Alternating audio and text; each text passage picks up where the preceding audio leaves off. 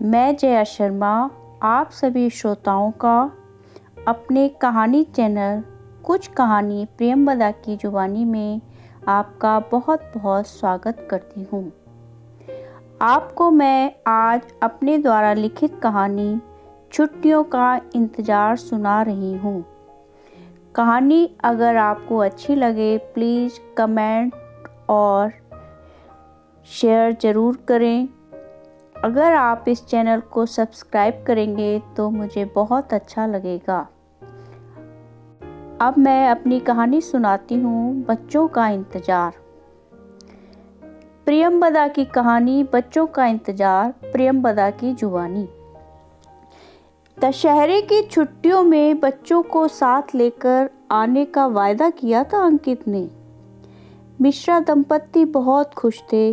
कुछ दिनों के लिए ही सही, घर के एकांत को चीरने के लिए रौनक आ रही है। बहुत बड़ा घर बनाते हुए एक सपना पाल लिया था मिश्रा जी ने। दोनों बहुओं के कमरे में सारी सुविधाएं हों। वह शादी के बाद घर आएं तो कोई असुविधा ना हो। दोनों बेटियों के लिए भी कमरे बनवाए। बच्चों से गुलजार रहने वाले मिश्रा जी के घर अतिथियों का भी आवागमन होता रहता। किसी के भी आगमन पर आनंद की अनुभूति लिए मिश्रा दंपत्ति खातिरदारी में कोई कसर नहीं छोड़ते। धीरे धीरे बच्चे बड़े होते गए और संभावनाओं की डोर में बंद परदेश रूपी बितान में अटखेलियाँ खाने लगी।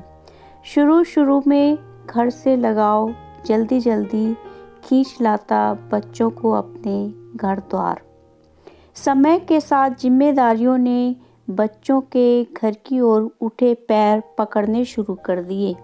हर पल घर की रौनक पर पड़ी इंतजार रूपी परत को झाड़ते पोंछते रहते मिश्रा दंपत्ति।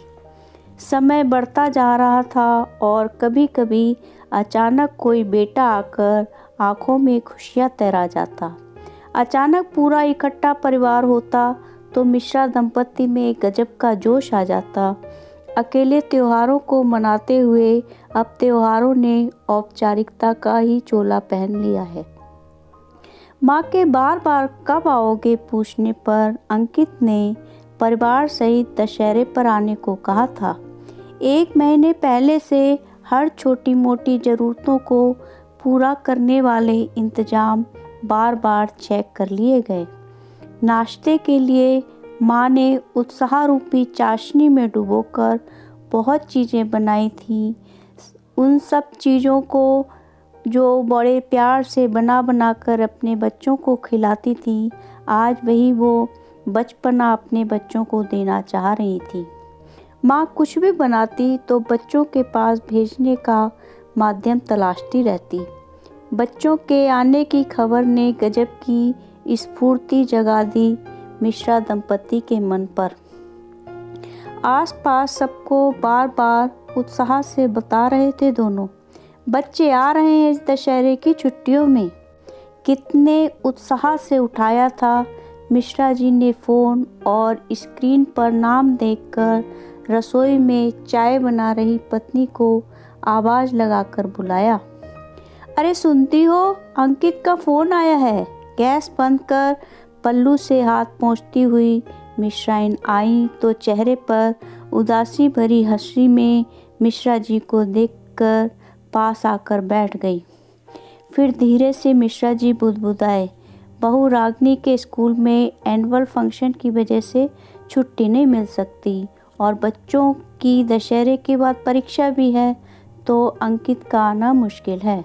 अपना ध्यान रखने को बोला है। मिश्राइन ने भी मिश्रा जी की बातों में सिर्फ इतना जोड़ा, यह तो पहले भी पता होगा ना। मिश्रा जी के एक एक तिनकों से बने उम्मीदों के घोंसले पर शिकारी बिल्ली ने झपट्टा सा मारा था। सब कुछ तहस नहस। उत्साह के उबाल को ठंडा होकर बैठने में पल भर भी न लगा। दोनों में छाया मौन कुछ बोलने के लिए शब्द तलाशने लगा। खुद को खुद समझाने की आदत सी हो गई है दोनों में। मिश्रा जी ने मौन की पसरी चादर को हवा दी। सुनती हो तुम्हारी चाय का क्या हुआ, बन गई होगी गाढ़ा। पीने लायक बची हो तो ले आओ प्यालियों में। हाँ, साथ में खाने को भी ले आना, साथ बैठकर चाय पियेंगे।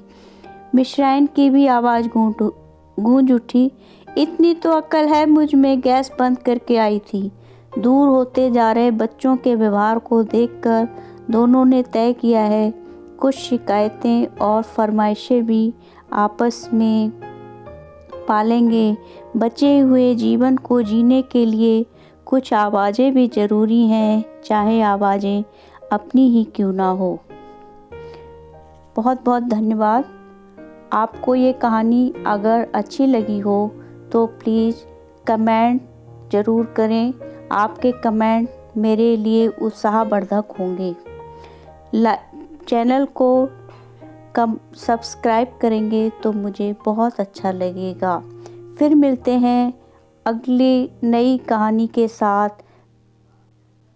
कुछ कहानी प्रेमवदा की जुबानी चैनल पर।